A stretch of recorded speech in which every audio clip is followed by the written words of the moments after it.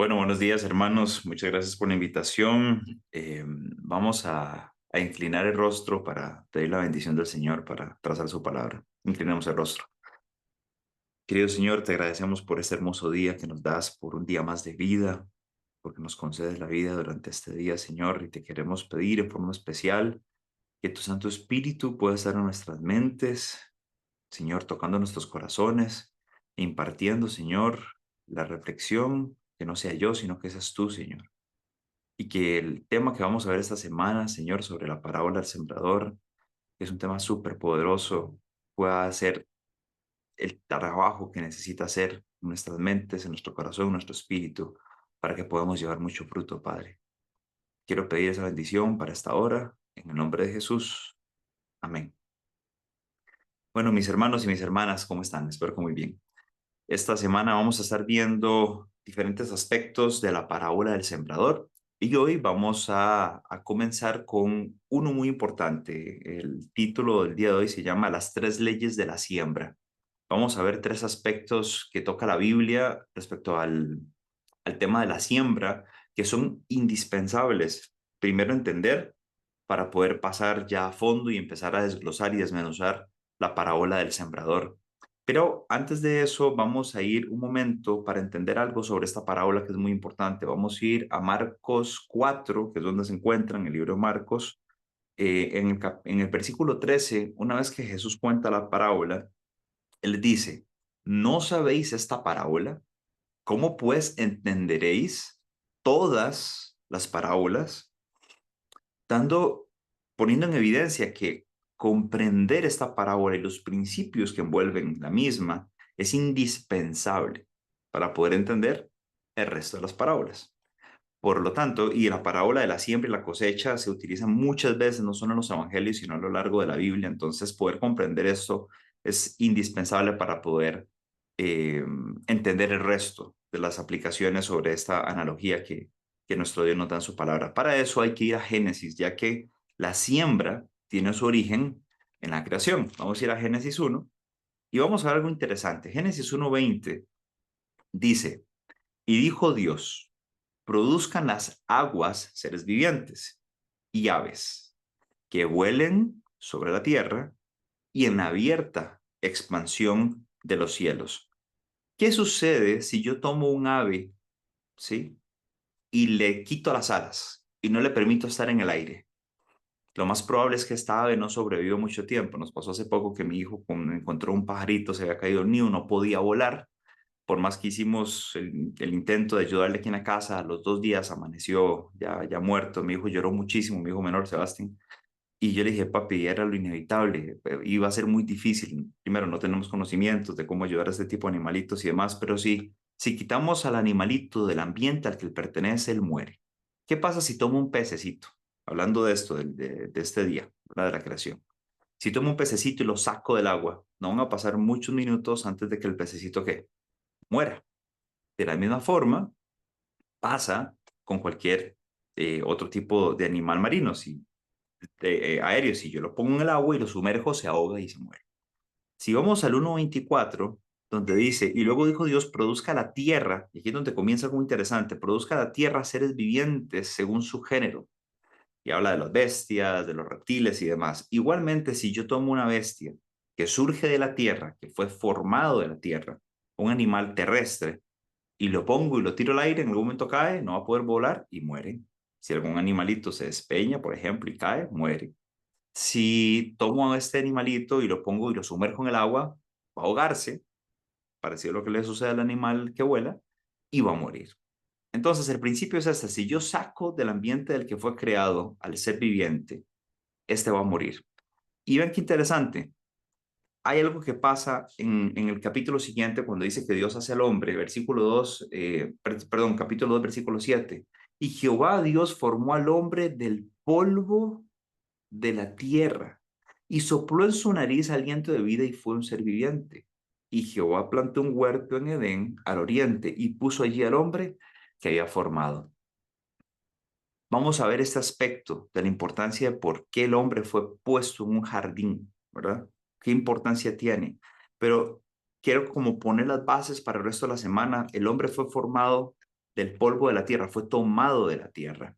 Pero hay algo más que surgió de la tierra.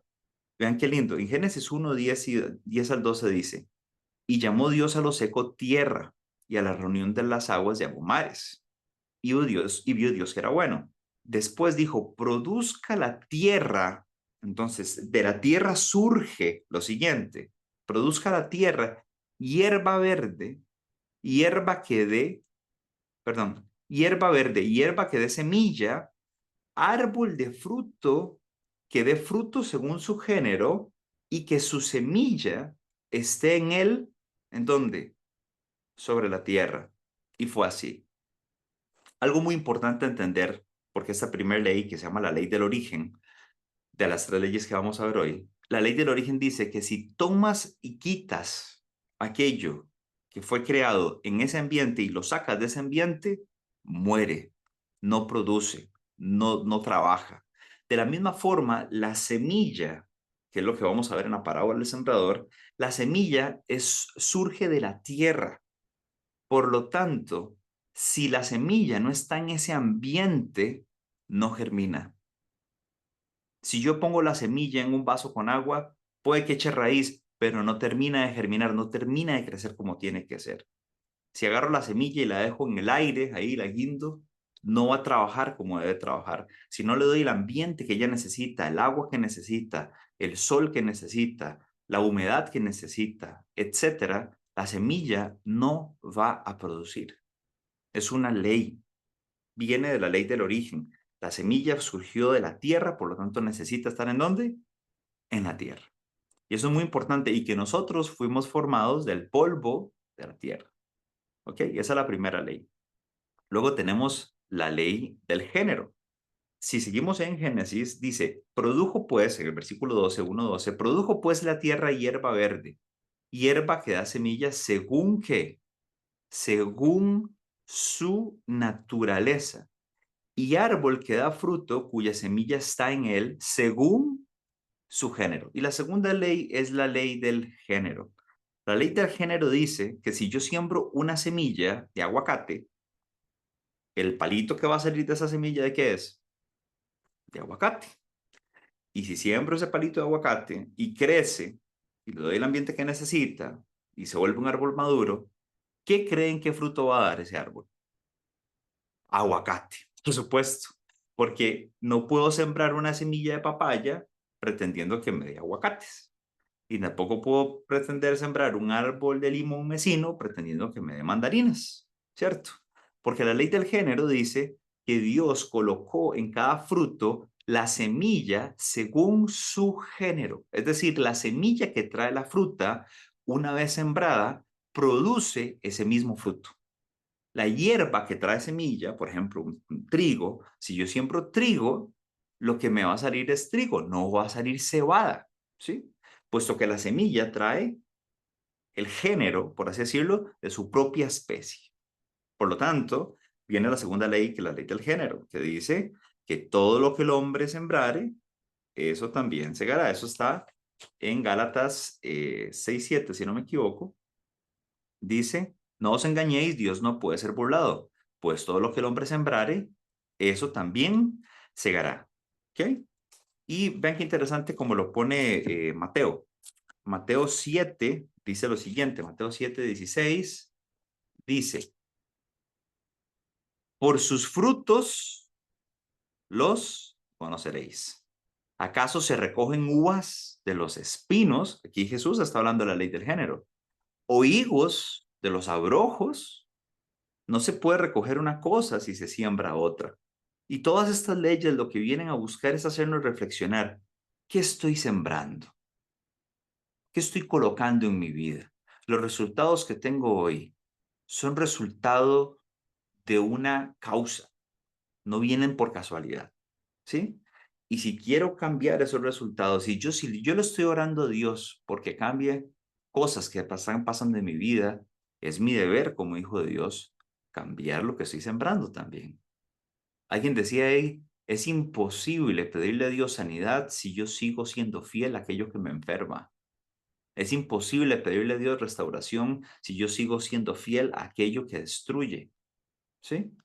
Entonces, la ley del género me dice que todo lo que yo hago tiene una consecuencia y es importante ser acordes a esa ley y buscar sembrar y buscar actuar en función a lo que quiero obtener. ¿Ok? Esa sería la segunda ley, la ley del género. Y luego viene la tercera ley, que es muy importante, que es la ley de la multiplicación. Si vamos a Marcos 4, ahí mismo en la parábola del sembrador, 4:20, dice algo muy interesante. Dice lo siguiente: y estos fueron los que fueron sembrados en buena tierra, los que oyen la palabra y la reciben y dan fruto. Y dice algo, da fruto a 30, a 60 y a 100 por uno. ¿Qué pasa si yo siembro una semilla de mango? Una, y germina, y la cuido, y ya la logro trasplantar, y la pongo en un terreno fértil y demás. Esa semillita y ese arbolito se convierte en un árbol de ¿qué? En un árbol de mango, pero es uno, una semilla, un árbol. Pero viene lo precioso y lo maravilloso de la creación de Dios. Y es la ley de la multiplicación. La última ley que voy a hablar es hoy. Y es que ese árbol de mango, ¿cuántos mangos produce? ¿Cuántos mangos produce ese arbolito? Bien cuidadito y puesto en fondo de inversión y todo. Puede producir cientos, miles, decenas de miles de mangos en su vida productiva, en su vida útil, ¿cierto? Pues así funciona todo cuando se siembra.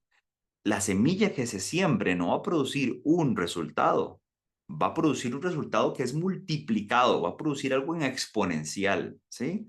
Se, se, se dispersa, se multiplica. Lo mismo pasa con el trigo. Una espiga de trigo, que esa espiguita surgió de cuántas semillas? De una, dice acá que puede producir 30 espigas, o puede ser, perdón, 30 semillas en una espiga, o pueden ser 60 semillas en una espiga, o pueden ser 100 semillas en una espiga. Es decir, hay un factor de multiplicación cuando se siembra. Por eso es que es importante sembrar bien, hermanos y hermanas, porque la semilla que yo vaya a sembrar o la acción que yo vaya a ejecutar no solamente va a tener un efecto, puede tener un efecto compuesto que afecte a muchas personas. Puede ser para bien o puede ser para mal. De la misma forma, cuando yo hago algo bien hecho, cuando le permito a Dios actuar en mí, trabajar en mi vida y que Él me ayude a llevar fruto, por eso es que Él dice que el que está en mí lleva, ¿cuánto fruto? Mis hermanos dice que lleva, poco o mucho, mucho fruto. Y eso lo vemos en segunda de Corintios 9:6. ¿Sí recuerdan ese pasaje? Segunda de Corintios 9:6 dice lo siguiente: pero les digo esto, el que siembra escasamente, también segará escasamente. Y el que siembra generosamente, generosamente también segará. Es muy importante porque también la ley de la multiplicación dice que si yo siembro poquito, está bien, se multiplica, pero voy a recoger ¿cuánto? Recoger poquito. Pero si siembro mucho, el efecto multiplicador aumenta y entonces voy a recoger ¿cuánto? Voy a recoger mucho. De la misma forma, mis hermanos, hay muchas veces que le pedimos a Dios resultados, pero no estamos dispuestos a hacer lo suficiente. No estamos dispuestos a trabajar lo suficiente, a hacer lo que hay que hacer y la milla extra, trabajar, hacer las cosas bien hechas, con excelencia, mantenerse en el tiempo, ser constantes. Y todo esto lo estamos viendo hoy, mis hermanos y hermanas, porque cuando empecemos a ver los detalles y los elementos de la palabra del sembrador, vamos a encontrarnos con algo muy lindo. Y con esto voy cerrando. Y es que Dios desea Dios desea, como dice en Juan 10:10, Dios desea traerte prosperidad, que seas prosperado en todo. Dios desea traerte salud. Dios desea traerte bienestar. Dios desea traerte todo lo bueno. Y quiero cerrar con la cita que está en el libro Palabras de vida del Gran Maestro. Arrancando el capítulo de la siembra, la verdad dice: Cristo desea guiar nuestras mentes a la semilla del Evangelio, cuya siembra produce algo, dice ella acá, dice, produce el retorno de los hombres a la lealtad a Dios. Aquel que dio la parábola de la semilla es el soberano del cielo, y las mismas leyes que gobiernan la siembra de la semilla terrenal rigen la siembra de la simiente de la verdad. Y aquí es donde viene la importancia de estudiar este tema esta semana, mis hermanos. Y es que si de verdad queremos que el Evangelio de Cristo, el Evangelio de salvación, tenga efecto en nosotros. Debemos de tratar, palabra del Señor, su Evangelio y su mensaje como una semilla. Por lo tanto, debemos de preparar el terreno, debemos de prepararnos, entender cuáles son las leyes que lo gobiernan, porque esas mismas leyes que gobiernan la semilla terrenal es la que gobierna nuestra vida espiritual cuando leemos la palabra del Señor. Entonces, repasemos. Ley del origen. Si quito algo de lo que Dios creó fuera del ambiente para el que Dios lo creó, ¿qué pasa? Muere. Segunda ley, ley del género. Es imposible sembrar un palo de aguacate y tratar de que nos eche papayas, ¿verdad? Cada una de las acciones trae consigo la semilla que produce ese mismo tipo de género, ese mismo tipo de resultado. Y la ley 3, la ley de la multiplicación, que dice que una acción, una semilla, produce ¿cuántas? Produce muchas. Puede ser que sea para bien, puede ser que sea para mal, pero Dios desea que esa multiplicación, que esa naturaleza, la semilla que Dios ponga en nuestro corazón, que eso del terreno, que sea el propicio, Dios desea que sea para bien, para que en el momento que podamos leer su palabra, para que en el momento que recibamos de su sabiduría, esa semilla pueda caer en terreno fértil, mis hermanos. Ese es mi deseo de oración para esta mañana. Vamos a orar un momentito para cerrar. Queremos agradecerte, Señor, por la bendición que nos das de escuchar tu palabra. Gracias, Señor, porque en tu infinita misericordia tú has propiciado que a través de la naturaleza y a través de las leyes de la siembra y la cosecha podamos entender los misterios de la salvación y del reino de los cielos. No para tenerlo como una curiosidad, Señor, sino para tenerlo como una vida, como un estilo de vida, como algo práctico, algo pragmático que podamos aplicar en nuestra vida en el día a día. Le quiero pedir que con estas tres leyes podamos irnos al día a enfrentarlo con sabiduría de lo alto, poder entender que cada cosa que vayamos a hacer tiene una consecuencia, entender que cada cosa que vayamos a hacer es una semilla que siembra y tiene resultados en el futuro, pero entender que cada cosita pequeñita que hagamos vale, Señor, que no nos sintamos defraudados porque tal vez no podemos hacer mucho por ahora, pero tú, Señor, a través de la ley de la multiplicación, puedes permitir que eso poquito tú lo puedas convertir en algo grande. Ayúdanos a ir con esa fe y con esa convicción a nuestras tareas del día y que al hacer todo lo que vayamos a hacer, como hacer, que lo podamos hacer como para ti, Señor, y que de esa forma podamos recibir la bendición que tú quieres darnos. Te lo pido, Señor, todo en el nombre de Cristo Jesús. Amén.